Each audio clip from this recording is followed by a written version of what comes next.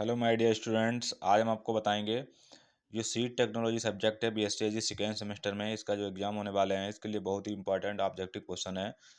जो देख लीजिए, अगर अभी तक आपने अगर मेरे चैनल को सब्सक्राइब नहीं किया तो सब्सक्राइब कर लीजिए, क्योंकि जाने वाले जो और भी जो वीडियो आपके पेपर में और भी जो सब्जेक्ट हैं उनके मैं डालूंगा, नए नए जो क्लास डालूंगा उसकी आपको हेल्प मिलेगी और वो आपको प्रोवाइड हो जाएंगे। तो चलिए देखते हैं कि क्वेश्चन सबसे पहले है, राष्ट्रीय बीज निगम की स्थापना कब हुई थी? तो राष्ट्रीय बीज निगम की स्थापना हमारी 1963 में हुई थी।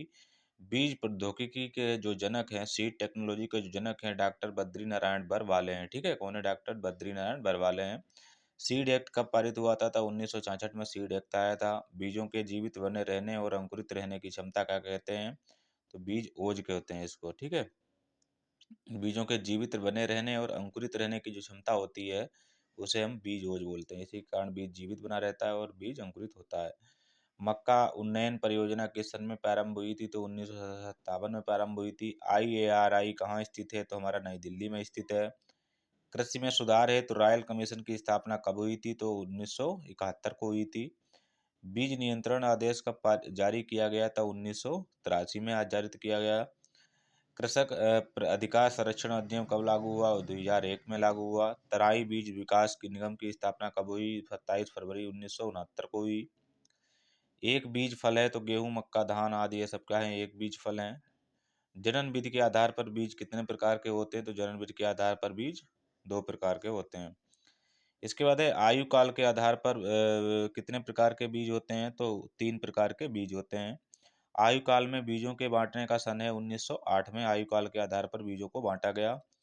अल्पायुजीवी बीज कौन से हैं? कितने वर्ष में होते हैं? तो 3 वर्ष के लिए होते हैं। भंडारण क्षमता के आधार पर बीज कितने प्रकार के होते हैं? तो 3 प्रकार के होते हैं। पीढ़ी पद्धति के आधार पर बीज कितने प्रकार के होते हैं? तो 4 प्रकार के होते हैं। प्रजनक बीज के थैले पर कौन से टैग लगा होता है? तो हमारा पीला लगा होता है। प्रजनक होगा, टैग पीला लगा होगा थैले पर। सबसे ज़्यादा कौन से बीज में आधुनिक गुणवत्ता पाई जाती है? तो नाभिकीय बीज में पाई जाती है। आधार बीज के थैले पर कौन सा टैग लगा होता है? तो आधार बीज के ठेले पर हमारा जो जो थैला होता है उस पर सफेद लगा होता है। इसके बाद है, प्रमाणित बीज में कौन सा टैग लगा होता है? तो नीला लगा होता है। हमारे देश में कौन से बीज का वर्ग प्रचलन नहीं है? ठीक है, तो पंजीकृत बीज का प्रचलन नहीं है। पंजीकृत बीज कौन से बीज को मिलाकर सहायता में बनाया जाता है? तो आधार बीज के मिलाकर बनाया जाता है। नई बीज नीति कब विकसित हुई थी? 1988 में विकसित हुई थी। विश्व व्यापार संगठन की स्थापना कब हुई? 1995 में हुई। हमेशा कौन सा बीज बोना चाहिए? तो हमेशा प्रमाणित बीज को ही बोना चाहिए। बीज में प्रोटीन किस रूप में पाई जाती है? क्रिस्टलीन के रूप में पाई जाती है। प्रमाणित टैग के लिए सत्यापन अवधि है 9 मंथ। विश्व व्यापार संगठन की स्थापना कब हुई? 1 जनवरी 1995 को हुई थी। नाभ के बीज का शुद्धता प्रतिशत क्या है? तो 100% होता है। प्रमाणित बीज का शुद्धता प्रतिशत क्या है? 99%। लंबी अवधि के आधार पर के अवधि के भंडारण के लिए स्टम नमी क्या होनी चाहिए? 8% से कम। अंतर्राष्ट्रीय बीज परीक्षण संगठन कहाँ है? स्विट्जरलैंड में है।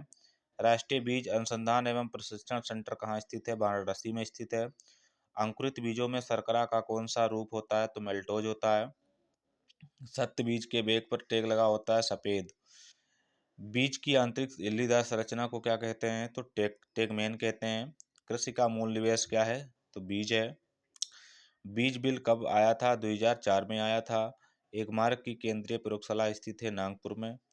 आधार बीज की संतति है प्रजनक बीज की। NSP की स्थापना कब हुई? 1963 में हुई थी। ISTA स्थित है कहाँ? ज्यूरिक में स्थित है। तो ये हमारे कुछ इंपॉर्टेंट क्वेश्चन है जो आपकी बहुत ज़्यादा हेल्प करेंगे। इसको आप जरूर से देखिए और दूसरे भी स्टूडेंट को शेयर कर दीजिए, जो आप जो उनको भी सहायता हो जाए। तो ये बहुत इंपॉर्टेंट क्वेश्चन है।